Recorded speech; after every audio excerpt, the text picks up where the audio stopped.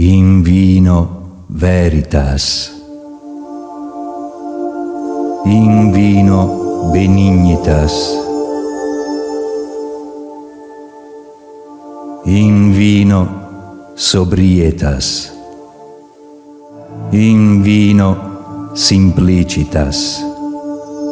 A Venezia, ad esempio, il prosecco spumante lo facevano già dal 1952 in autoclave. Quindi tu non è che puoi andare lì a dire a uno da Portoguaro: scusami, tu il prosecco non lo puoi più fare, quando tu l'hai fatto dal 1952. Poi se tu mi dici: ma quello prosecco non ha i stessi caratteri che sono qua, questo è un altro discorso. Se noi vediamo le immagini di un etnografo che negli anni prima della guerra mondiale, si chiama Paul, non mi ricordo come si chiama, viene, se volete vi faccio vedere queste foto e vedete lo stato dell'arte e della viticoltura italiana, era una roba, cioè noi dobbiamo anche contestualizzare, capire qual era il percorso che ha fatto l'Italia. Questo è un bellissimo libro. È un manuale su come fare il vino, lo fa il conte Dandolo, ebreo veneziano. C'è una componente degli enologi che dicono: noi dobbiamo fare un vino buono, con qualsiasi tipo di uva, che non costi molto. Non c'era ancora l'enologo nasce a Conegliano.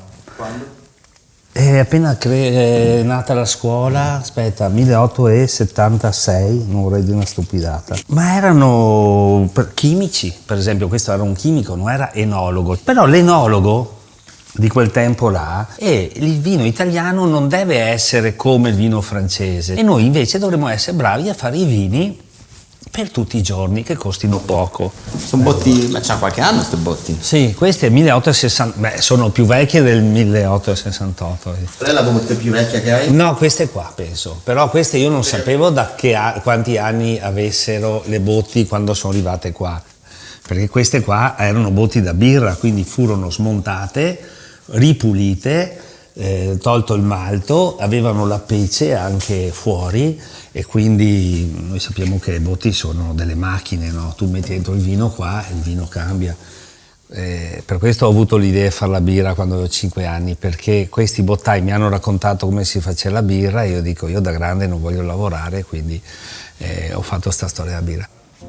Allora noi mettiamo ad appassire dell'uva prosecco, Verdiso, e poi in primavera usiamo questo vino sporco per far rifermentare il vino. Di questa tecnica ne parla, c'è un bellissimo libro di Napoleone Passerini, una roba di fine 800, che parla di questa uva, di questo sistema, no?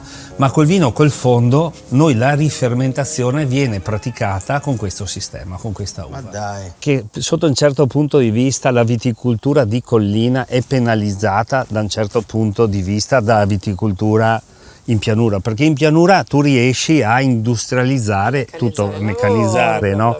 Ecco, è che la gente non riesce a capire la differenza tra il vino delle colline di Cogliano e Valdobbiadene e il prodotto di pianura. E di chi è la colpa? È un segno dei tempi, non c'è una... Secondo me è proprio il segno dei tempi, Ale.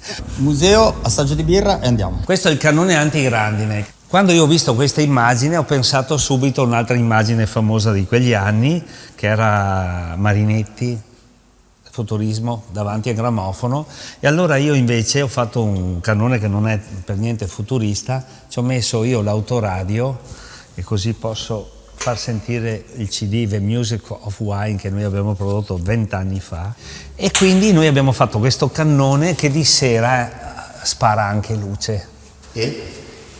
E musica. Volete sentire? Sì. Ecco qua. Ecco, vedi.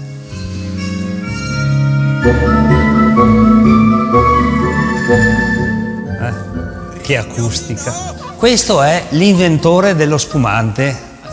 Si chiama Antonio Carpenè, garibaldino. Antonio Carpenè è stato l'enologo, l'enotecnico, il primo enologo italiano, e si è creata, come vi dicevo prima, una figura professionale che prima non esisteva, che è l'enotecnico. Questo è stato un libro di grande formazione, perché Soldati fa tre viaggi e praticamente descrive la viticoltura italiana, va a trovare i piccoli produttori e trova nei piccoli produttori una sorta di resistenza contro quello che era una certa massificazione e contro un mondo che stava per scomparire. Veronelli scrive: stima e dissenso mi uniscono a te, cui le polemiche non dividere. Cioè, cosa poteva unire? Si sa, l'amore per il vino con Veronelli e Cosmo, ma cosa li poteva dividere?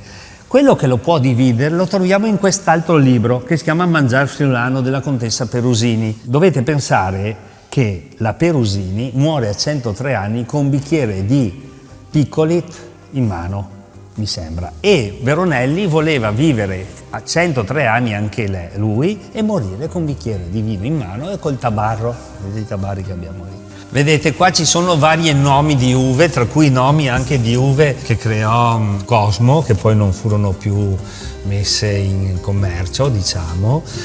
Il Fertiglia era un'altra uva che lui aveva creato. Liriche di Conegliano e il Cosmo di Italo Cosmo. C'è tutta queste varietà, ma poi troviamo Clarissa, che è la sua cometa. Chi sei? Su un cazzo. Dammi il bicchiere, dammi il come si chiama? Apri questa birra. Sì, sì. Questa vigna, non come proprietà ma come mezzadri, noi abbiamo le carte dal 9 dicembre 1006. Questo è il Ragnetto Rosso, l'abbiamo fatto anche nella versione decanter.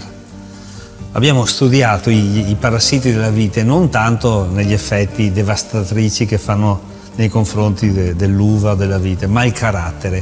Per esempio, il Ragnetto Rosso è un opportunista come personalità, c'ha la faccia da opportunista, che dite voi? Guarda che faccia che c'ha sto qua da opportunista.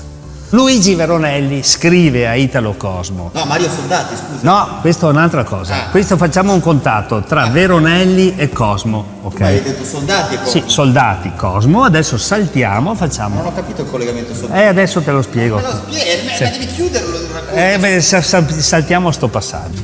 Questo l'acino, ok? Dipende cosa prendi da questo acido. Hai capito? Questa è quanto tiri fuori da questo acido, cosa prendi da questo acido. Questo acido, no? Questo è molto importante. Cioè? È molto...